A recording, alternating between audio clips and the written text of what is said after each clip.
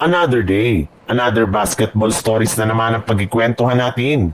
At ngayon nga yung pag-uusapan natin ang balitang request ni Luka Doncic sa Los Angeles Lakers at ang balitang tatlong bagong player ng Golden State Warriors. Sa kabila nga ng pagiging busy ni Luka Doncic sa ginaganap ngayon na Eurobasket, ay personal na rin naman ngang kinausap at nag-request si Luka sa kanilang general manager na si Rob Pelinka na gusto pa nga daw niya na kumuha ang Los Angeles Lakers ng isa pang bagong player na siyang kukumpleto sa kanilang ipangsasabak sa lineup next season.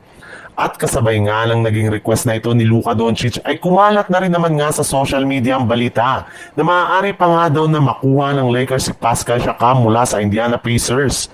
Ayon nga dito, posible pa rin nga daw na gumawa ngayon ang Los Angeles Lakers ngayon ng isang blockbuster trade kung saan pwede nga nila na makuha si Pascal Siakam mula sa Indiana Pacers gamit sina Austin Reeves, Dalton Koenig at si Jared Vanderbilt.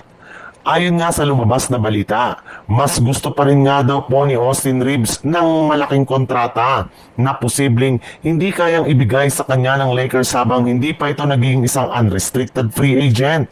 Ay maaari nga nila siyang gamitin bilang trade asset para makuha si Siakam mula sa Indiana Pacers.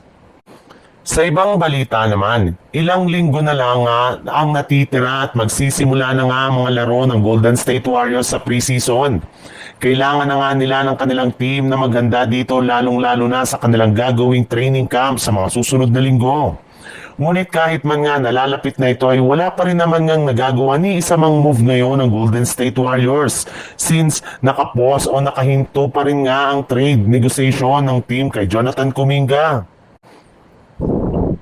Kaya nagsisimula na ngang mangamba ngayon ang kanilang mga fans gayong maaari nga na makakompleto ito ng kanilang magiging kampanya sa bagong season. Pero ayon rin naman nga sa naging pahayag ng isang NBA insider, nakalista na rin naman nga daw ang lahat ng mga gagawing move ngayon ng Golden State Warriors. In fact, nagkaroon na nga sila ng verbal negotiation sa mga kampo ni na Al Horford, Gary Payton II at si DeAnthony Milton. Nabibigyan nila ito ng kontrata kahit anuman ang mangyari sa trade ni Jonathan Kuminga. Yes, sisiguraduhin nga nila na magiging parte ng Warriors ang tatlong player na ito bago pa man magsimula ang kanilang training camp sa katapusan ng Setyembre.